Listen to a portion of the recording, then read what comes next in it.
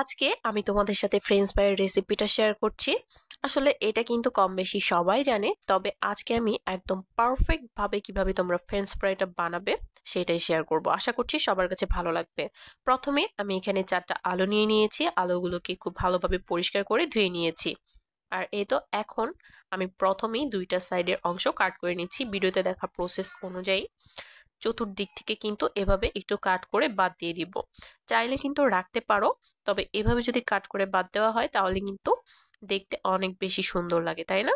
এখন মাঝখান বরাবর আরেকটা কাট করে দিলাম। এখন এখান থেকে আমি ছোট ছোট পিস পিস করে নিচ্ছি। আমি কিন্তু এগুলোকে খুব বেশি ছোট করিনি, আবার একদম বড়ও রাখিনি। ঠিক সেম ভাবেই কিন্তু আমি সবগুলো আলুই কাট করে নিব। এভাবে করলে কিন্তু দেখতে অনেক বেশি সুন্দর লাগে, একদম মনে হয় যে কাটার দিয়ে কাট করছি। এই প্রসেসটা কিন্তু তোমরা ফলো করতে পারো। আর এই ফ্রেঞ্চ ফ্রাইটা খেতে কিন্তু আমরা সবাই অনেক বেশি ভালোবাসি। আর একদম রেস্টুরেন্টের মতো হলে তো কোনো কথাই নেই। আর আমরা বাঙালি বলতেই তো আলু প্রিয়, আলু ছাড়া তো আমাদের চলেই না। যাই হোক, এখানে আমি কথা বলতে বলতে সবগুলোই কাট করে নিচ্ছিলাম। সবগুলো আমার কাট করা হয়ে গিয়েছে। এখন আমি এগুলোকে খুব ভালোভাবে ধুয়ে নিব। খুব ভালোভাবে ধুয়ে এগুলোকে আমি সিদ্ধ করতে বসিয়ে দিব। এই প্রসেসটা কিন্তু অবশ্যই ফলো করবে। খুব ভালোভাবে এটাকে প্রথমে ধুয়ে নিতে হবে। আসলে রেস্টুরেন্টের মতো যদি একদম পেতে চাও তাহলে কিন্তু কয়েকটা টিপস তোমাদেরকে ফলো করতে হবে। প্রথমে কিন্তু আমি জলটাকে গরম করে নিয়েছি, আর গরম জলের মধ্যে আলুগুলোকে দিয়ে দিব, আর সাথে কিন্তু আমি কিছুটা পরিমাণ লবণও দিয়ে দিব। আর এটাকে সিদ্ধ করতে হবে প্রায় 80 থেকে 90% মতো। একদম ফুল কুক করে ফেলা যাবে না, তাহলে কিন্তু ওঠানোর সময় ভেঙে যাবে। তো এটাকে আমি সিদ্ধ করে নিচ্ছি। আর চুলার আঁচটা এই পর্যায়ে তোমরা বাড়িয়েও রাখতে পারো, কমিয়েও রাখতে পারো। চুলার আঁচটা কিন্তু এখানে ডিপেন্ড করছে না। এখানে আমি লবণ দিয়ে দিয়েছি।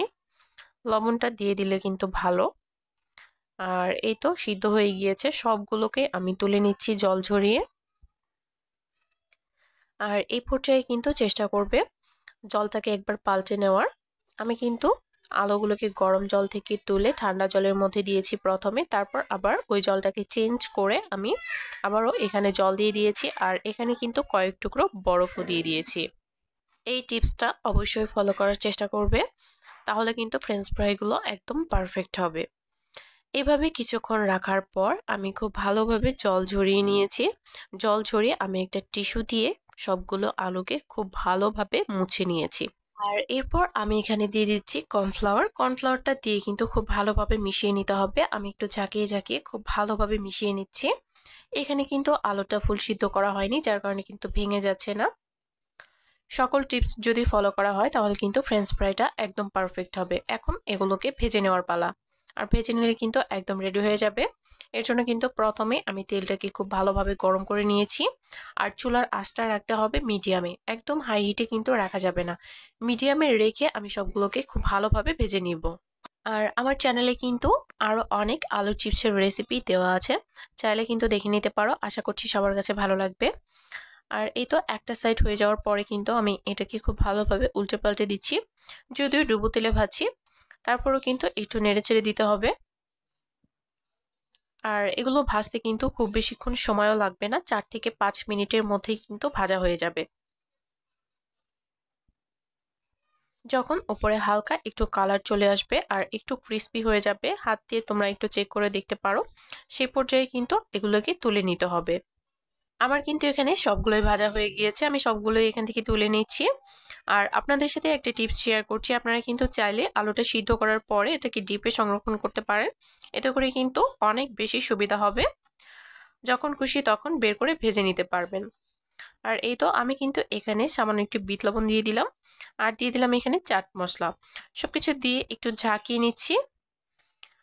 আর আপনাদের হাতের কাছে যদি এই দুইটার একটাও না থাকে সেক্ষেত্রে স্কিপ করতে পারেন, টমেটো সসের সাথেও কিন্তু এটা খেতে দারুণ লাগে। আমি কিন্তু এখানে টমেটো সসও নিয়েছি। আর ফ্রেঞ্চ ফ্রাইগুলো খেতে কিন্তু অনেক বেশি ক্রিস্পি হয়েছে আর দারুণ লাগছে খেতে। যারা এখনো এভাবে ট্রাই করনি অবশ্যই ট্রাই করে দেখবে, আশা করছি সবার কাছে ভালো লাগবে।